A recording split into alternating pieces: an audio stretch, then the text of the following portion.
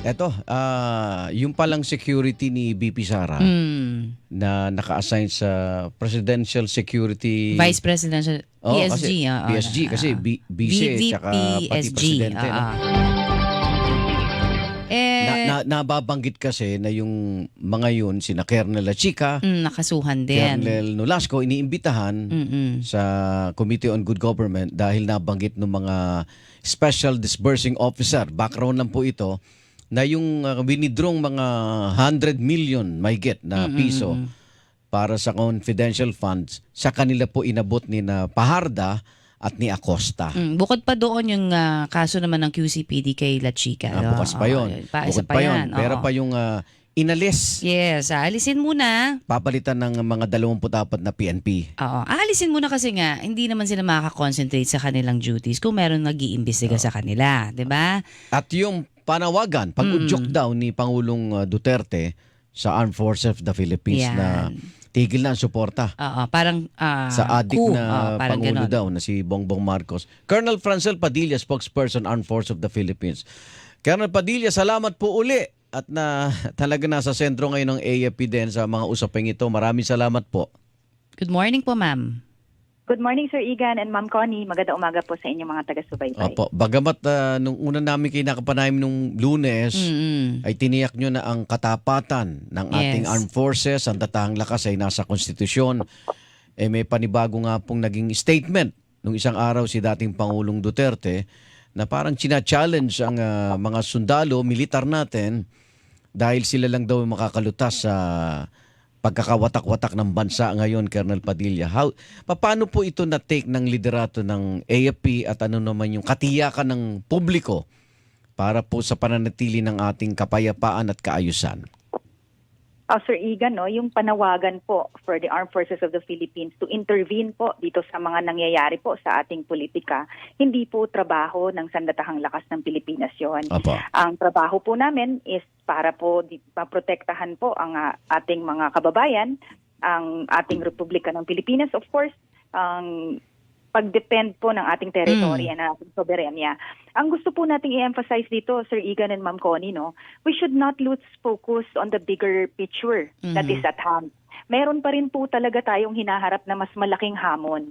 And sana po hindi po tayo masway to all the noise that is happening right now po. Maging non-partisan pa rin ang ating mga sundalo. Opo, sir, no, ito pong tinatawag na military adventurism, sir, ay a thing of the past na po. Okay. As we evolve po as the modern day soldiers, we are united and professional po. And we will not take the law into our own hands. Ang nakikita po natin dito, alam naman po natin na meron pong proseso na dapat na sundan para po sa ating demokrasya. And let us allow that to happen. Okay, yun nga po, babalikan ko lang. So, hindi trabaho ng AFP. Pero sa pagkakataon po nito, designate po sila dati kay VP Sara bilang parang magpaprotekta rin ho sa ating bise, no?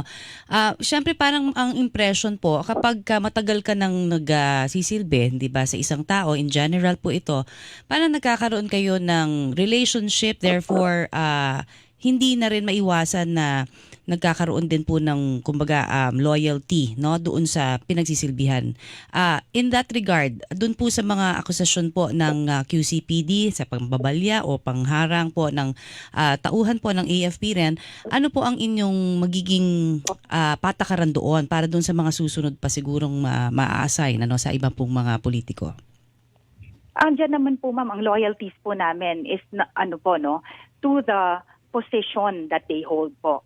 Our mandate is to protect po the President of the Republic of the Philippines, ito po sa ating Presidential Security Command. Under din po niya yung pagprotekta po sa ating Vice Presidente. And nandun po ang ating pagsunod sa chain of command po. Alright. Okay. Colonel Padilla, ipatatawag ba ng liderato ng AFP sina Colonel Lachica at Colonel Nolasco to explain paano din nila na-disburse ito pong mga confidential funds ng Office ng OBP at DepEd? Or will you support, kung tawagin naman sila ng Kamara, pahayaan nyo silang humarap doon? Opo sir, no, ang nasabi na nga po dito, nakikipagtulungan po ang Sandatahang Lakas ng Pilipinas dito po sa mga investigasyon na ginaganap po. So at this point po, hindi po kami magi-interfere Yan. doon po sa current investigation po na nangyayari. And we give our full support po dito po sa proceedings that will happen. Pero ang assurance niyo, hindi naman ito parang tinatanggalan at walang kapalit, hindi ba? Meron ng kapalit, tama ho, 'di ba? Yung tinanggal para investigahan muna. Yes po ma'am, no. Our organization is a dynamic organization. Kailangan po naming ma-fulfill ang aming mandate. So yun pong mga movement that we will be implementing po, no. Dapat po para po tuloy-tuloy po ang aming pag-perform ng aming duty accordingly, sir. Colonel Padilla, tanong ko lang po, ako, pabor ako sa inyo na magkaroon ng confidential funds. Sa proseso lang po, kayo ba nagsasabit din ng acknowledged receipt sa Commission on Audit? Sir, as I said po, this is an ongoing investigation and so we would like to refer po from commenting. Hindi po proseso ngayon. po Yung dati na po sa Armed Forces. Kasi talaga naman meron kayong confi funds saka intelligence funds eh. So, Yes. meron po acknowledgement receipt o kailan ba ipaliwanag sa COA paano nyo nagastos yun? So ako sir, personally, I'm not privy sir, no, with okay. sa financial we will get back to you on that sir. We'll ask our Kasi sir, our expert. Part 2 ng press ko ni BP Sara na question yung intelligence Funds. network ng AFP po. Yes, sir. Diyan naman, sir, mayroon naman po talagang proseso. Yan, sir, yung sa batas po natin, no, in line with the law. Sa amin po sa Armed Forces of the Philippines, hindi naman po kami excused from that. So kung ano po yung normal process on how to clear po our funds and everything, sinusunod po ng Sandatahang Lakas ng Pilipinas. Ibibigay ko lang po yung premise nung pag-question niya sa intelligence network ng AFP kasi parang hindi niyo daw alam na may threat. Siya? Nagsabi ba siya? Kailangan ba may magsabi o kailangan kayo na mismo makaalam na may threat ang opisyal natin? Sir, sa buong Sandatahang Lakas ng Pilipinas, sir, we are composed of different specializations and Okay. different units. Yes. And lahat po ito, meron po kaming kanya-kanyang ginagampanan. Opo. And so, I believe, sir, that our organization has particular units that is nakatutok po sa mga ganito pong usapin, sir. Opo. So balikan ko lang yung kaninang pinag-usapan natin, yung mga pag-udyok o panawagan ng people power, kailangan ng military support, malabo na makuha ngayon sa liderato ng ating Armed Forces of the Philippines, Colonel Padilla. Yun nga po, no, hindi na po ito nasa puwang yung ating military adventurism sa Yes. ngayon po. So- We assure po the public that the AFP po is a very professional organization po. No need And, for loyalty check, ma'am. There's no need for loyalty checks. Nakausap na din po naman regularly po na kinakausap po ng ating Chief of Staff ang ating mga kasundaluhan po all around, no? Opo. And maganda po ang state of morale ng ating tropa. Ang ano lang po namin dito, pakiusap nga po namin, sana po bigyan niyo po kami ng ng leeway to perform our mandate accordingly. Napakarami pa po namin ginagampanan. Sa ngayon Opo. po, naka-red alert pa nga tayo for HADR.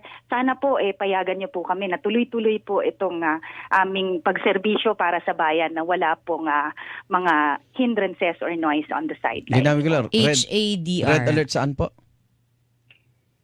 Yung HADR po natin, sir, yung mga nasalanta po ng bagyo, Okay. tuloy-tuloy pa po ang pag-responde natin yan to this days. Yan. Okay. So sana And of wag course, malihis.